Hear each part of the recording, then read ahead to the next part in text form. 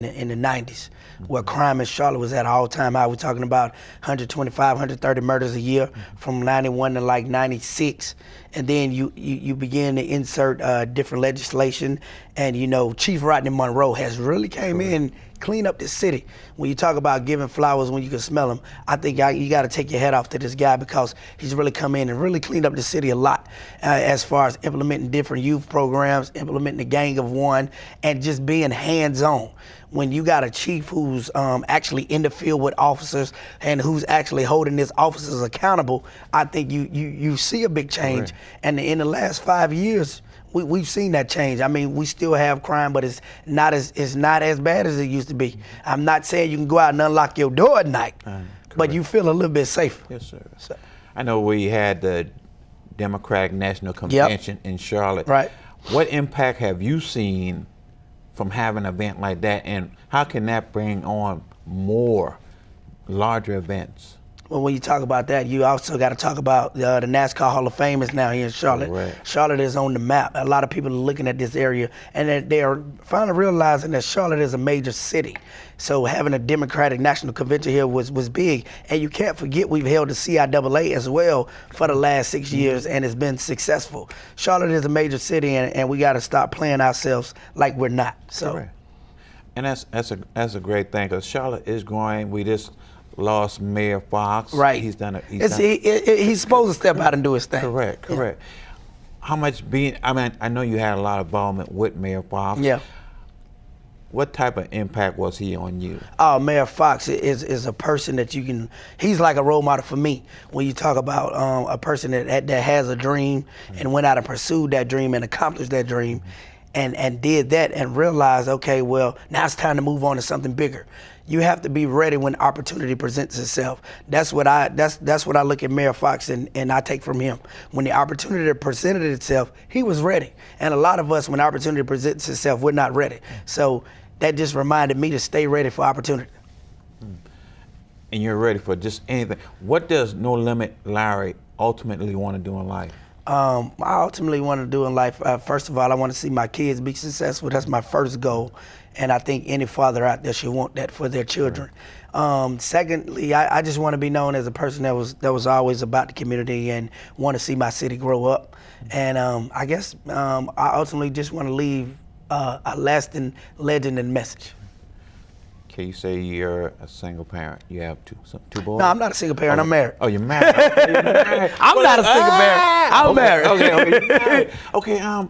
Well, let's talk about your wife. Yeah, I mean, how much of an impact has she been on your life? Well, you know, my wife, I've known her. You can't forget about her.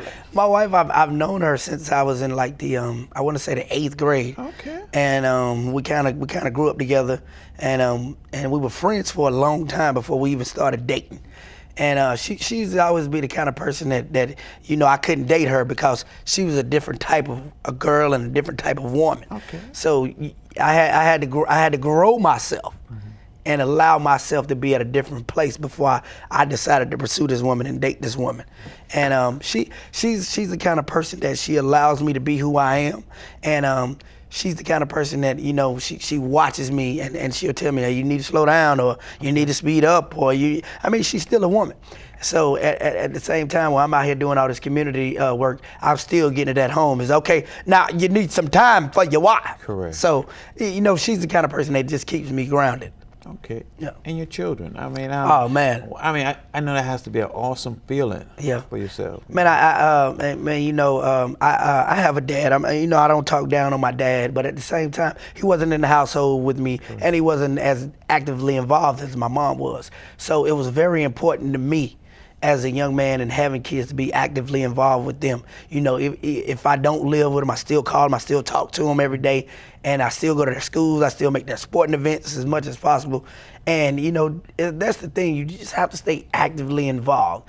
And all my kids are a different part of me. I have 4 sons and 1 daughter. Okay. So I have an oldest son, he's 17, he's getting ready to graduate from high school. And I also have a son right behind him, he's getting ready to graduate from high school. And being a father, you become emotional as you do different things for your kids. So I just bought 2 of my sons a car. You know, it wasn't no major car, Uh-oh. but it's still, you know, being able to do that Correct. for your sons and watching them and watching their reaction is a blessing, and at the same time, it gives you a feeling of fulfillment again. So, as you see your kids grow on in life, do you get emotional when you? I mean, as you see the time go, you see them getting older. You know, it's like, do you get? It's not even that. I think I get more emotional over my daughter because, you know, she's 5 years old. Okay. She's so innocent. And you just remember the things that you did to women. Correct. And you was like, well, dang, that was somebody's daughter, you know what I mean? Or somebody might do that to my daughter. And I hope not, because I'm going to have to come see them. But no, that's right. But no, I get more emotional over my daughter, man. You know, just watching her do different things and just seeing how much she really loves her dad at that age. Now, they say they grow out of that when they get to about 10 or 11. So I'm just enjoying these years. Don't believe that, sir. I got girls. You got girls that don't believe it? They 20-something years old and they still same way. I mean, but they'll always be daddy's girls. Yeah, and you always want to protect them. So you know, she started preschool last year, and I was like, you know, they better take care of my baby in school. Correct. And then, you know, she's getting ready to go to kindergarten now. So I'm like, you know, I just got to make sure my baby's taken care of, because that's my baby girl. That's my sweetheart. Okay, we got a question now from a parent to parent. When your boys are playing sports. Yep. Do you get involved into the game as well, you know, the moms do that a lot. Okay. They do. Me, you know, because I played sports and I've also coached sports, I know as a coach, you don't like to hear all that. You know, put my son in the game. Why you let my son do it? I let the moms do that. And you know, I do say things to them, you know, during the game, you know, because I played the game and you know, I've been around the game. So I was like, you know, you do this, but I try to let the coaches coach them. Now, after the game, I might tell them, well, you know, you did this. But the biggest thing I tell them is attitude. You know, you can get so much accomplished on the field or off the field with your attitude. If you got an attitude playing basketball or an attitude playing football or whatever sport you play, that's gonna reflect in your play. So that's my biggest thing. I let the moms do all the yelling and screaming at the coaches. Your son plays football, basketball? I got I got two sons that play football, and I got one that plays football and basketball. When they score that touchdown or... Oh, yeah. Now I'm daddy. Now I'm still daddy. Now, you know, I'm still hype. And, you know, when I'm at the game, everybody's talking to me. You know what I mean? All the other parents. And, well, you know, what your son going to do? And I try to keep, I let them, you got to let them be a kid. You can't put that, because, you know, they're already dealing with enough pressure on the field. So I'm not going to put my pressure on them, too. So I'm still a dad, though, and I still love when they do great things. And they want to hear that. You know, they want that confirmation from their daddy. When your kids listen to you on their father on the radio, do they ever give you some type of comments or anything? Yeah, they always tell jokes on me. Okay. Daddy, you crazy. But I think who gets the most enjoyment out of it right now, because she's the youngest, is my daughter. You know, I got older boys, you know, that they're all teenagers, so they like, you know, that's our dad and, you know, whatever. But they still enjoy it, and they like coming to the events, and they like, you know, they like being in the public eye as far as, you know, when they come out to events and stuff like that.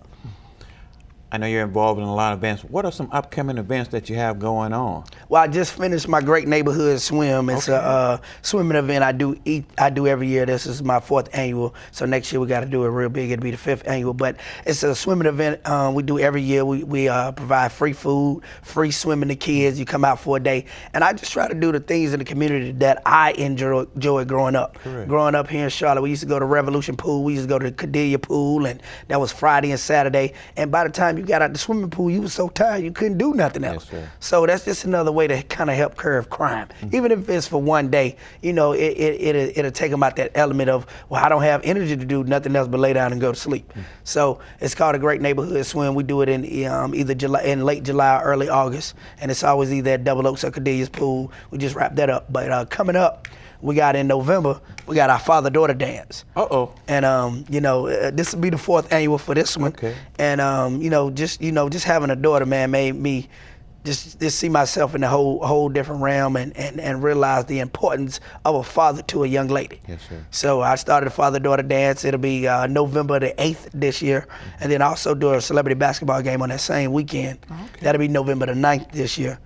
And then November the 10th, it's a whole weekend. It's November 8th, 9th, and 10th. So the 8th will be the father-daughter dance. The 9th will be the celebrity basketball game. And this year, we're adding the the skate party. You know, growing up, we used to go to skate. We used to go to skate pilots, trade winds.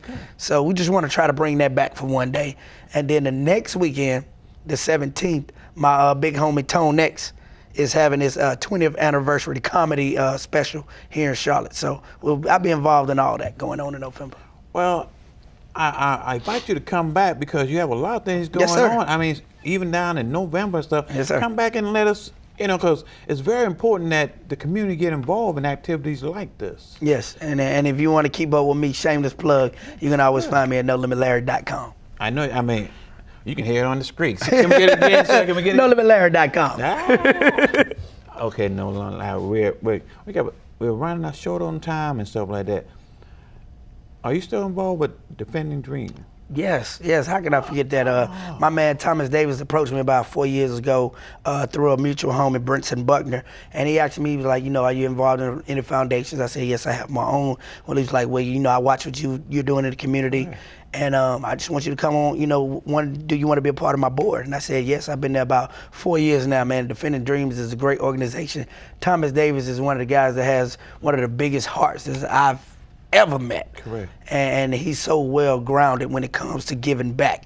He does it here in Charlotte and in Georgia. Defending Dreams Foundation, you can check them out at defendingdreams.org. Mm-hmm. I had his wife on Kelly. the show. Correct. She's a nice lady. Yes, I mean, she is. She really gets involved in the community as well, and that's awesome. That's awesome. So, I mean, what else would you like to give our audience as far as NoLimit Larry? Well, just remember that, you know, we're all human, we're all gonna make mistakes, but at the same time, don't judge a person by one book or one chapter in a book. Judge them by the whole book. Okay, we had one event that we probably can talk about is the Trayvon Martin incident. Yes, sir. What does that say to you, and especially having the boys that you have? What did you talk to your sons about? We actually was together the night the verdict came down. They was attending my niece's or their cousin's birthday party, and as soon as it was over, it hit the screen about the verdict. So you know, we had been talking about the whole thing, and they felt like that he wasn't going to get convicted. So once it came down that George Zimmerman did not get convicted of that, it just I think you could see on their faces that, you know, they realized where we are in society. That even though society has come a long way, we still have a long way to go, and. So I think that helps them when they're out in the community or when they're in school. It helped them see that they gotta be careful on everything they do. So we talk about that all the time. You know, being accountable for your actions. You know, what is a grown man? A grown man is accountable for his actions, no matter whether they're good or bad. Yes, sir. You have to be accountable for your actions, and that's what I talk to my sons about all the time. Attitude and accountability will get you a long way. No Limit, we're running out of time. I really appreciate you coming on the thank show. You, Paul. I appreciate anytime you. you want to come back, I'm sorry, I want you to come back because you do a lot of things in the community. I try to. Just kind of keep the audience informed of a lot of things that's going on.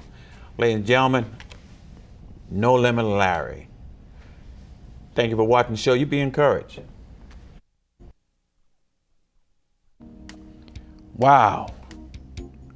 Just one of the many exciting episodes of the Paul Brown Show. Thank you for watching.